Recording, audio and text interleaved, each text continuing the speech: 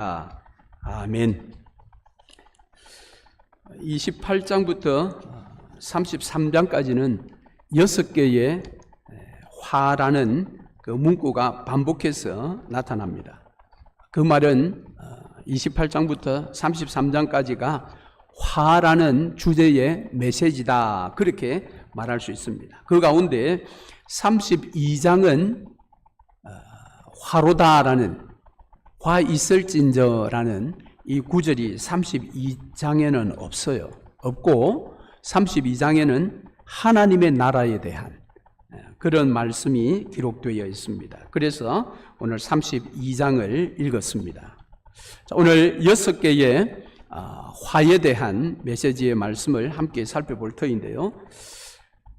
사실 이제 오늘 다루는 이 33장까지 여기가 이사야서의 일부 1장부터 39장까지의 그 내용의 마지막 부분이다, 그렇게 볼 수가 있습니다. 그리고 다음 주에 볼 34장과 35장은 바로 이 전반부 전체 메시지의 결론입니다. 34장과 35장은. 그리고 36장부터 39장까지는 이 1장부터 35장까지 전체 메시지의 적용 부분입니다. 그 히스기야의 스토리인데요. 그것이 이제 36장부터 39장까지예요. 그러니까 오늘 우리가 살펴보는 이 말씀은 결론 앞부분까지 이사야가 주고자 하는 메시지다, 그렇게 여러분이 정리를 하시고, 우리가 서론에서 말씀드렸던 것처럼 이 앞부분 1장부터 39장까지는 두 왕의 스토리가 있다고 했습니다. 아하스 왕과 히스기야 왕의 스토리, 그리고 두 전쟁의 이야기가 있다고 했습니다.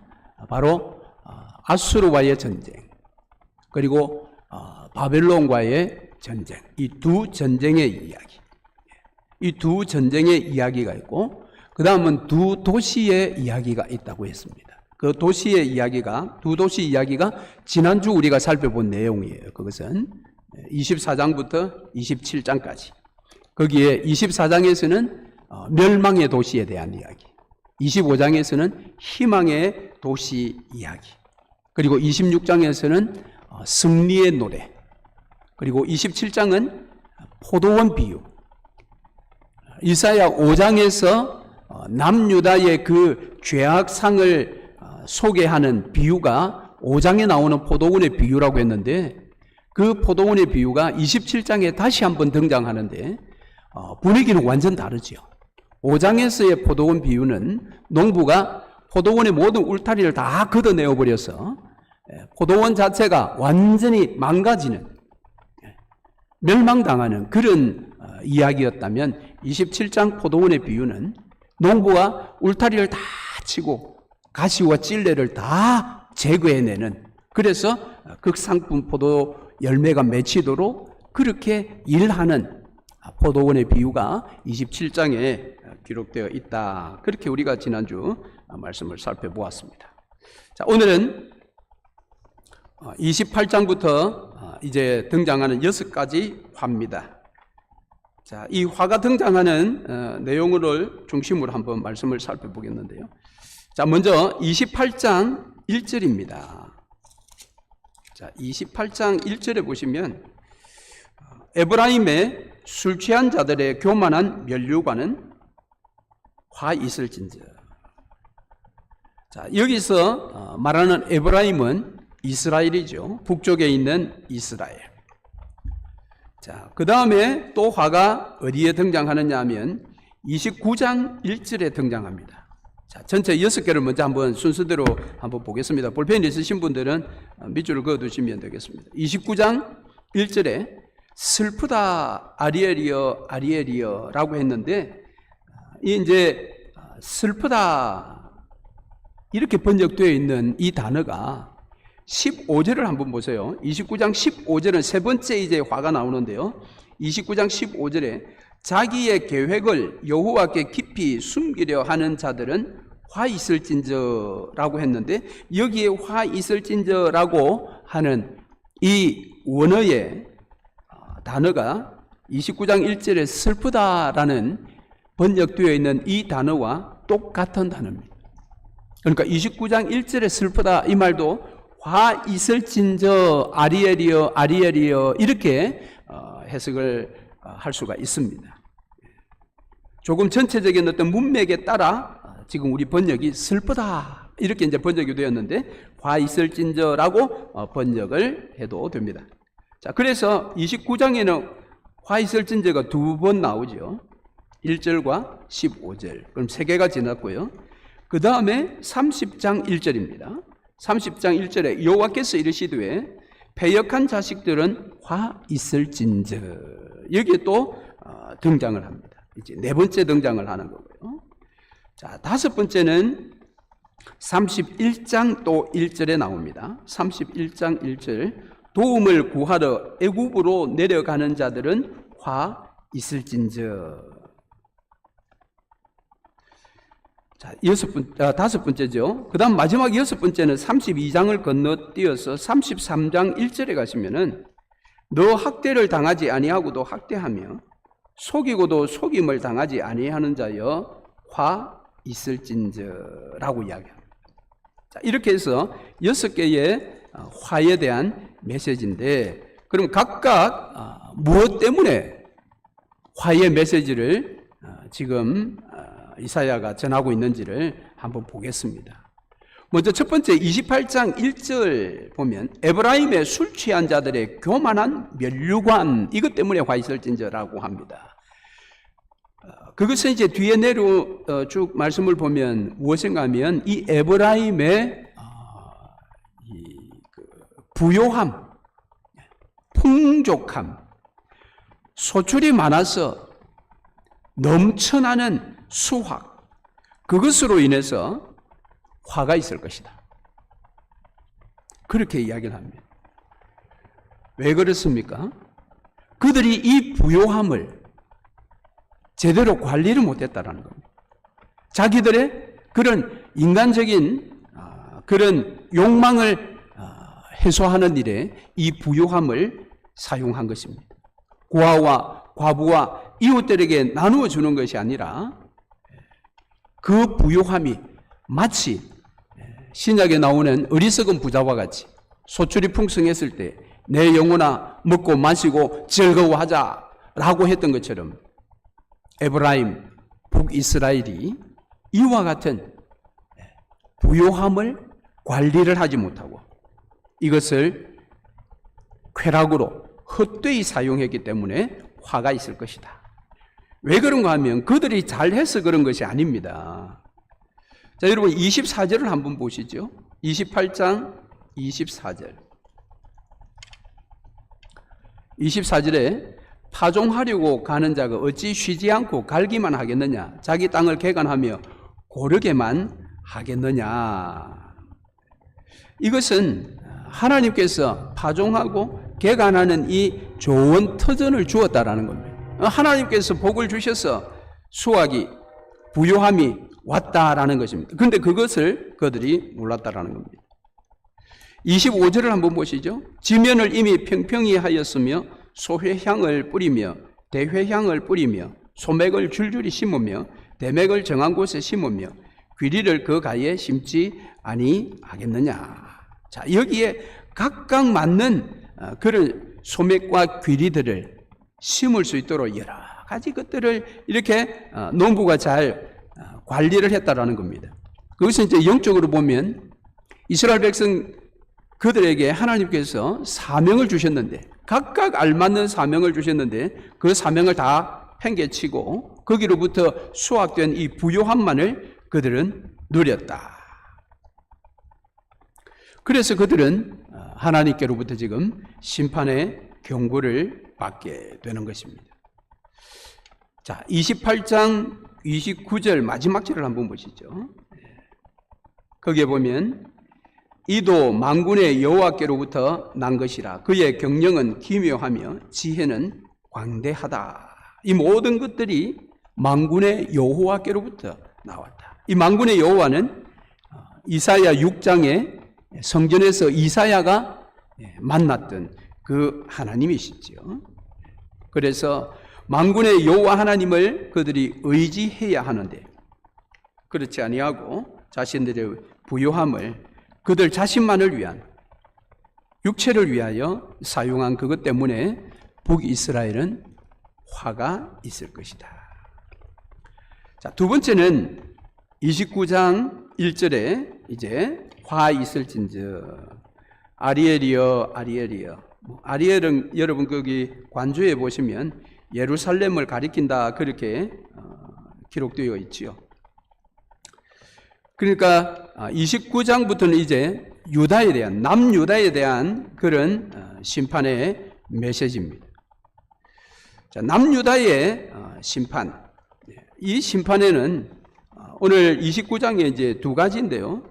첫 번째 화의 이유가 무엇인가 하면 13절을 한번 보시죠.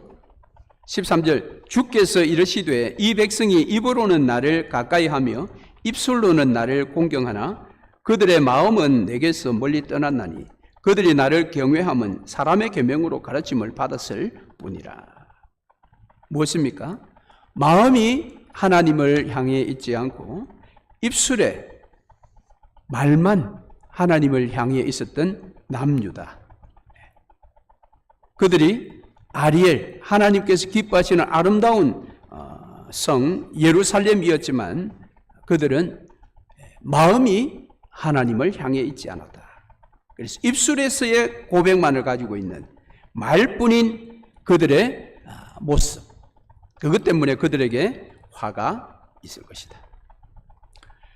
그 다음에 이제 15절 자기의 계획을 여호와께 깊이 숨기려 하는 자들은 화 있을진저.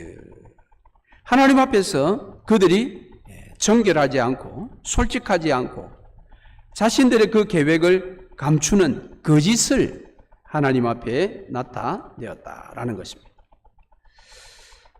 그래서 그들에게는 화가 있을 것이다.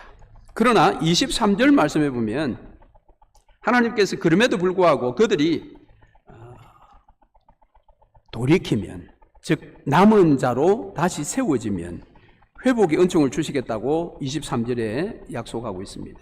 23절 그의 자손은 내 손이 그 가운데에서 행한 것을 볼 때에 내 이름을 거룩하다 하며 야곱의 거룩한 일을 거룩하다 하며 이스라엘의 하나님을 경외할 것이며, 이 회복의 날에 하나님의 이름을 거룩하다라고 외치며 하나님을 섬기게 될 것이다.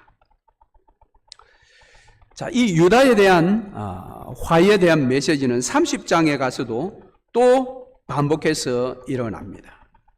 30장 1절에 여호와께서 이르시되 패역한 자식들은 화 있을진저. 자, 이 이제 네 번째 화의 메시지의 이유는 무엇인가 하면 그들이 애굽을 의지했기 때문이라는 겁니다. 그것이 바로 이제 1절 하반절부터 계속해서 나오는데요. 그들이 계교를 베푸나 나로 말미암지 아니하며 맹약을 맺으나 나의 영으로 말미암지 아니하고 죄에 죄를 더하였다. 맹약은 하나님과 언약이 아니라 바로 강대국 애굽의 언약입니다. 그래서 2절 말씀에 그들이 바로의 세력 안에서 스스로 강하려 하며 애굽의 그늘에 피하려 하여 애굽으로 내려갔으되 나의 입에 묻지 아니하였도다. 그들은 지금 하나님을 의지하지 않고 애굽을 의지했다. 애굽의 그 군사력을 의지했다라는 것이죠. 그것이 이제 유다의 화의 이유입니다. 여러분, 그 이사야 20장에서 우리가 본 것은 이사야가 이 행위의 메시지를 남유다에 보여주었다라고 그때 살펴보았죠. 그 행위의 메시지는 3년 동안 벗은 몸으로 예루살렘 성에 이제 출퇴근을 하는 것이었죠. 그것은 애국과 구스가 너희들이 의지하려고 하는 이 애국과 구스가 결국은 아수르에 망해서 이런 수치를 당하게 될 거다. 그러니까 너희들이 애국과 이 구스를 의지하지 말라라는 이 행위적인 메시지였습니다. 이게 이제 20장에 기록되어 있는데 그때가 히스기야가 막 왕이 될 그때입니다. 그렇게 히스기야 왕도 사실은 그 메시지를 다 안다라는 거죠. 그럼에도 불구하고 오늘 여기 30장에 등장하는 이 애굽에게 손을 내미는 이것은 히스기야 왕이 지금 손을 내미는 것입니다. 그런데 하나님은 지금 7절에 무엇이라고 이야기합니까? 애굽의 도움은 헛되고 무익하니라. 그러므로 내가 애굽을 가만히 앉은 라합이라 일컬었느니라. 이 라합은 기생 라합의 이름하고 똑같은데요. 이것은 애굽의 큰 강, 그 나일강에 출몰하는 그 괴물과 같은 그런 존재입니다. 그런데 애굽에 출몰하는 그 괴물을 가만히 앉아 있는 괴물로 만들어 버리셨다는 거예요. 무엇입니까? 종이 호랑이입니다. 종이 호랑이. 그런데 남유다가 히스기야가 이 종이 호랑이를 지금 잡고 의지를 하려고 한다는 것입니다. 그래서 하나님께서 네 번째 화라는 메시지를 전하게 되는데 여러분 17절을 한번 보십시다. 30장 17절. 한 사람이 꾸짖은즉 1000사람이 도망하겠고 5이 꾸짖은즉 너희가 다 도망하고 너희 남은 자는 겨우 산꼭대기에 깃대 같겠고 산마루에 깃이 같으리라 하셨느니라. 여기 이 17절 말씀의 이 문장의 이 뉘앙스가 여러분 어디서 많이 본 듯한 그런 뉘앙스의 말씀이죠. 한 사람이 꾸짖은즉 1000사람이 도망하겠고 5이 꾸짖은즉 너희가 다 도망하고. 여러분 어디서 본 듯해요? 하나님께서 이스라엘 백성들에게 언약의 말씀을 주시면서 이 언약을 너희들이 잘 지키면, 즉 제사장 나라의 사명을 잘 감당하면 어떻게 된다고 했습니까? 기억이 나십니까? 레위기서로 한번 가볼까요? 레위기 26장. 레위기 26장 8절 9절.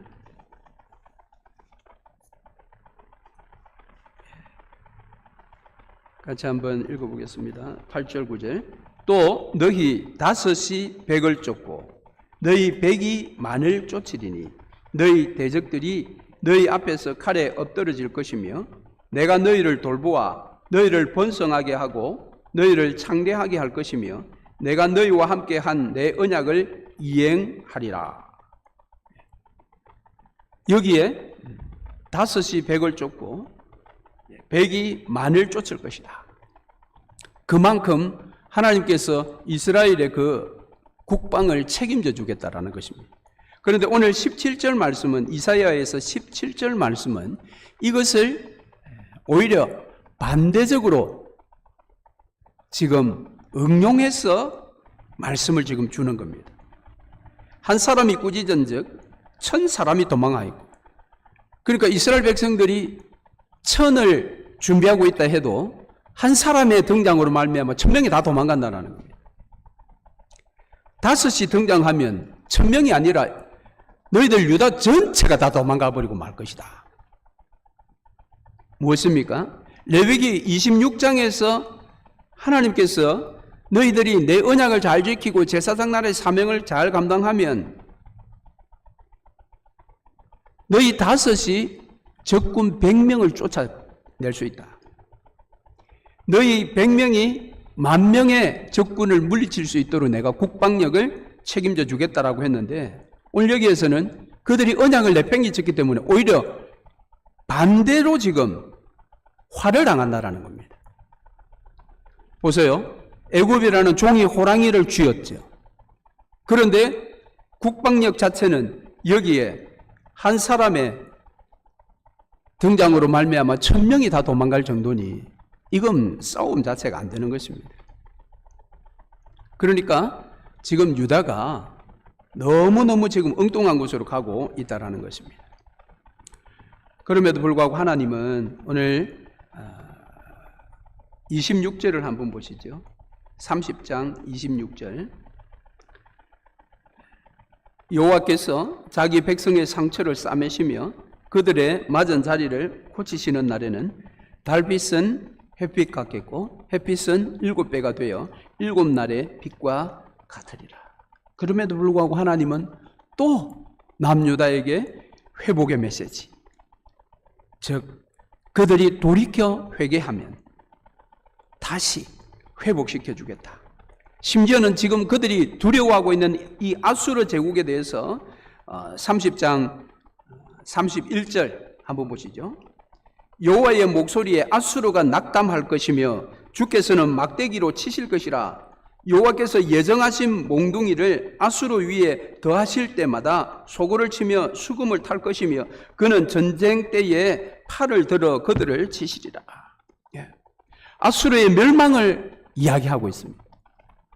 지금 남유다가 두려워해서 아수르의 공격이 두려워서 애굽으로 지금 달려가는데 여호와께서 아니라는 것입니다. 애굽은 멸망할 것이다. 왜? 내가 막대기로 그들을 칠 것이니. 더구나 32절 말씀에는 이것은 여호와께서 예정하신 바라는 겁니다. 아수르도 막대기로 사용되다가 때가 되면 또 다른 막대기를 통해서 아수르를 내가 심판할 거다. 이게 벌써 하나님의 예정 속에 있다라는 겁니다. 32절. 예정하신 몽둥이를. 그 예정하신 몽둥이가 어느 나라입니까? 아수르 뒤에 등장하는 바벨론입니다. 지금 바벨론은 막 이제 내전을 끝내고 거기도 메대 힘을 빌어서 막 이제 제국으로 등장하려고 하는 그때인데 하나님은 이 아수르가 예정된 이 몽둥이에 망하게 될 것이다. 그리고 이제 31장에 이제 들어가면요, 여전히 유다에 대한 이야기를 계속해서 하고 계십니다. 자, 이것은 앞에 30장에서 말한 부분을 반복해서 똑같은 이야기를 또 반복해서 한번 합니다. 31장 1절 도움을 구하러 애굽으로 내려가는 자들, 이렇게 정확하게 다시 한번 반복해서 이야기하면서 질책하고 있습니다. 그들은 진정한 방패이신 하나님을 찾지 않고 애굽으로 지금 달려가고 있다. 왜 달려가느냐? 그 이유가 31장 1절에는 소개되어 있습니다. 화 있을진저 그들은 말을 의지하며 병거의 많음과 마병의 심히 강함을 의지하고, 이렇게 이야기합니다. 여러분, 이것도 이미 하나님께서 이스라엘 백성들에게 이미 말한 것입니다. 즉 왕정 시대가 시작될 때, 사울로 말미암아 왕정 시대가 시작될 때에 왕정 제도에 대한 몇 가지의 주의 사항을 준 것이 있습니다. 그 주의 사항 중에 하나가 무엇인가 하면 병마를 많이 두지 말라고 그랬어요. 병마를. 그러니까 말과 병거를 많이 두지 말라고 그렇게 알려주었는데, 실제 이것이 언제 이 하나님의 명령을 어기게 되느냐면 놀랍게도 솔로몬 때 이걸 어기게 됩니다. 여러분, 열왕기상 10장으로 한번 가볼까요? 열왕기상 10장. 열왕기상 10장 29절. 10장 29절에 애굽에서 들여온 병거는 한 대에 은 600세겔이요 말은 한 필에 150세겔이라. 이와 같이 헷 사람의 모든 왕과 아람 왕들에게 그것들을 되팔기도 하였더라. 이걸 많이 두지 말라고 했는데 이걸 많이 고가에 들여와 가지고 오히려 다른 나라에 막 팔면서 장사까지 했다라는 겁니다. 이 솔로몬 때의 이 말씀의 어떤 그런 이 불순종, 그 불순종이 오늘 다시 한번 또 이 BC 8세기에 남유다에서 반복이 되고 있습니다. 하나님께서 왜 그 병거를 많이 들지 말라고 했을까요? 병마를. 하나님께서 그들의 국방을 책임져 준다 하셨기 때문에 이 병마를 많이 둘 이유가 없어요. 그런데 하나님을 의지하기보다는 병마를 의지한 겁니다. 최고의 말과 병거를 의지했던 솔로몬.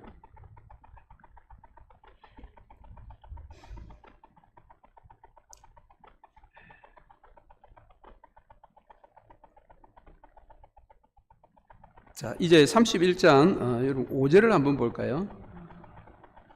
31장 5절 말씀을 보시면 새가 날개치며 그 새끼를 보호함 같이 나 만군의 여호와가 예루살렘을 보호할 것이라. 그것을 호위하며 건지며 뛰어넘어 구원하리라 하셨느니라. 이제는 정확하게 이제 메시지를 주시는 겁니다. 내가 예루살렘을 지키고 보호하겠다.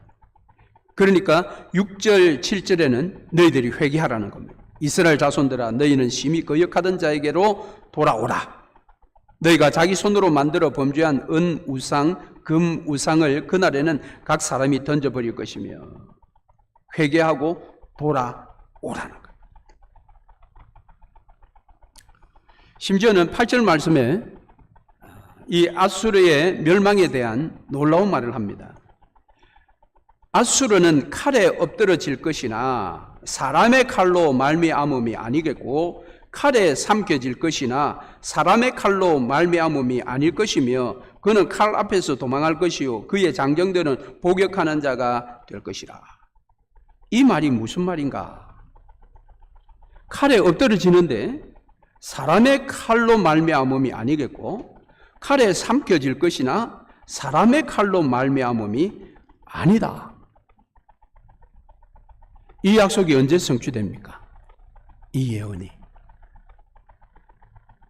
예언이 바로 히스기야 왕 때에 아수르 군대 산헤립이 18만 5천 명의 군대를 데리고 와서 예루살렘 성을 포위하고 항복을 강요했던 그때에 히스기야가 이 항복 문서를 가지고 하나님 앞에 나아가서 그가 기도했을 때, 그러니까 히스기야가 앞서 우리가 이 30장에서 본 것처럼 히스기야는 처음부터 하나님 의지한 게 아니에요. 애굽을 의지했어요. 애굽을 의지했지만은 애굽이 아수르가 워낙 강력하게 밀고 내려오니까 애굽이 도와주지를 않았어요. 의도적으로. 그러니까 이제 남유다가 완전히 멘붕이 온 거죠. 그런데 산헤립이 그 항복 문서를 가지고 들이밀었을 때에 그 내용은 하나님을 조롱하는 부분들도 있었죠. 그때 이제 히스기야가 정신이 번쩍 든 거죠. 그래서 그 항복 문서를 하나님 앞에 가지고 나가서 기도했더니 하나님께서 그 밤에 천사를 보내어서 18만 5천 명을 다 죽이셨지요. 그래서 그 이야기입니다. 아수르는 칼에 엎드러질 것이나, 그러니까 하나님의 천사의 칼에 엎드러질 것이나 사람의 칼로 말미암음이 아니겠고 칼에 삼켜질 것이나 사람의 칼로 말미암음이 아닐 것이다. 와, 하나님 말씀 너무 놀랍지 않습니까? 하나님은 그 아수르 군대 18만 5천 명을 무너뜨리실 때에 이미 약속하셨던 말씀대로 그것을 행하신 것입니다. 할렐루야. 그래서 이제 마침내 이제 메시아 나라가 회복이 됩니다. 그것이 이제 32장이라는 겁니다. 그래서 32장에는 회복된 메시아의 나라, 하나님의 나라 이야기를 쭉 하고 있고 여기에는 화라는 메시지가 없다라는 겁니다. 그러나 32장에도 보면은 1절에 보라 장차 한 왕이 공의로 통치할 것이요 방백들이 정의로 다스릴 것이며 한 왕이 공의로 나라를 다스릴 것이다. 그런데 9절 말씀에 보면 너희 안일한 여인들아 일어나 내 목소리를 들을지어다. 너희 염려 없는 딸들아 내 말에 귀를 기울일지어다. 여기에 이제 안일한 여인들이라는 이야기가 등장하는데요. 사실은 남유다의 문제가 무엇인가 하면 남유다도 북이스라엘과 동일하게 사치였습니다. 부요함을 제대로 관리를 하지 못했던, 그것이 이제 앞부분에도 나옵니다만은 오늘 이 부분에 있어서 안일한 여인들이라고 이야기하는 것은 나라는 지금 위기 가운데 있는데 그들이 가진 그것을 가지고 자기들은 위기의식을 느끼지 못하는 거예요. 그것을 지금 지적하고 있는 겁니다. 10절 너희 염려 없는 여자들아. 여러분 나라가 국운이 기울수록 빈부의 격차는 더 벌어집니다.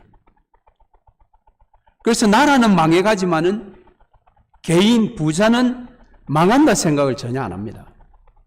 그러니까 그것을 나누어 줄 생각을 하지 못하고 끝까지 그것만 붙들고 있는 거죠. 오늘 여기에 그것을 지적하고 있는 것입니다.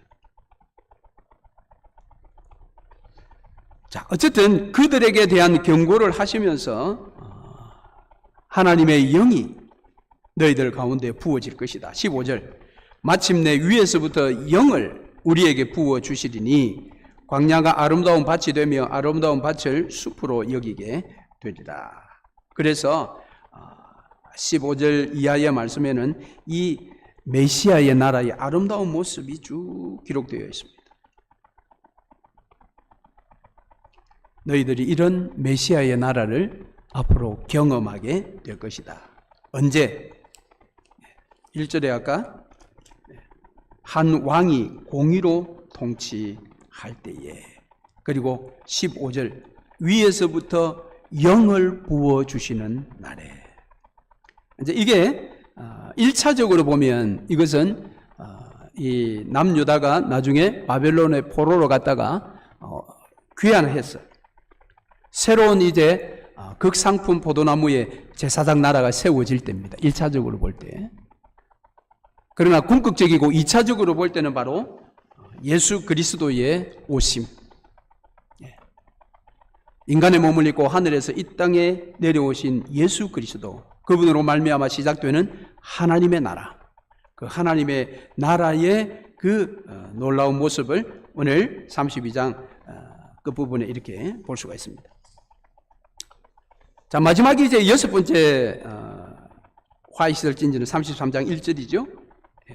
거기 너 학대를 당하지 아니하고도 학대하며 속이고도 속임을 당하지 아니하는 자여 화이시설 찐저. 이건 누구냐면 남유다의 대적들입니다. 학대를 당하지 않고도 학대하며. 제국이 그렇지 않습니까? 어떤 다른 나라의 공격을 받아서 그 나라를 공격하는 게 아니라 학대를 당한 적도 없으면서도 제국화 정책에 의해서 다른 나라를 침범하는 거죠. 그리고 그들은 속이면서 속임을 당하지 않습니다. 왜? 제국이니까. 그러니까 대적들이 심판을 받게 될 것이다.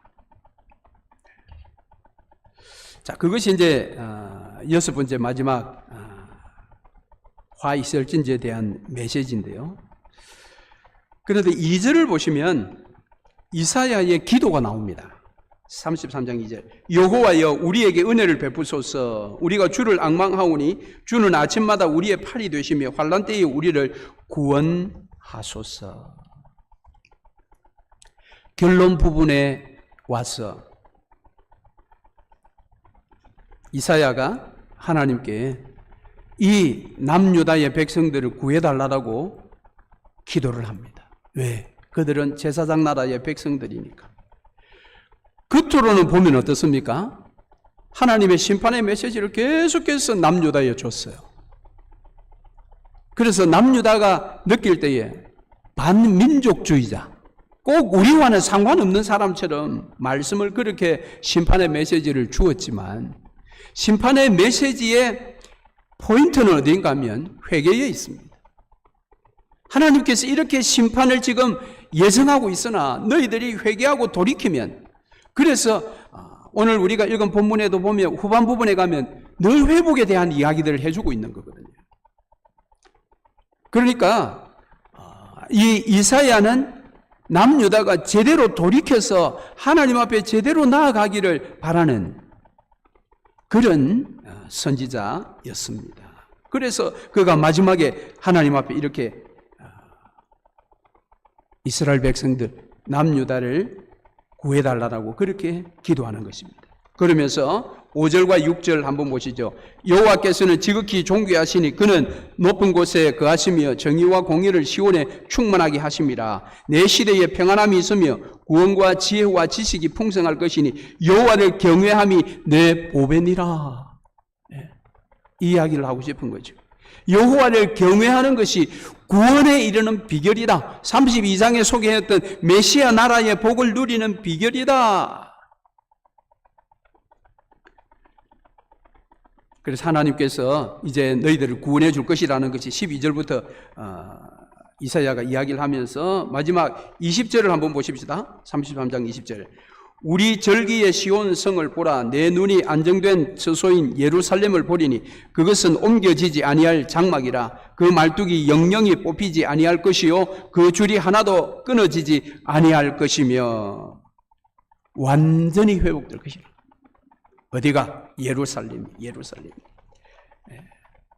그러니까 32장에서는 메시아 나라에 대한 이야기를 했는데 33장 결론 부분에 가서는 그 메시아 나라가 바로 예루살렘에 성취될 것이다. 자, 이렇게 이제 6가지 화가 진행이 되는데요. 전체적으로 딱 보면 무엇입니까? BC 8세기경에 이 위기의 시대에 이스라엘 백성들이 두 가지를 생각해야 됩니다. 누구를 두려워할 것인가? 누구를 의지할 것인가? 그런데 남유다는 이걸 잘못 잡은 거예요. 누구를 두려워했습니까? 아수르를 두려워했습니다. 도움의 대상자로 누구를 잡았습니까? 애굽을 잡았습니다. 이것이 그들의 패착이었습니다. 그러니까 그들이 두려워할 대상은 아수르가 아닙니다. 그들이 두려워할 대상은 만군의 여호와입니다. 그들을 도울 수 있는 대상이 애굽이 아니라 만군의 여호와입니다. 이걸 그들이 놓쳐버렸다라는 겁니다.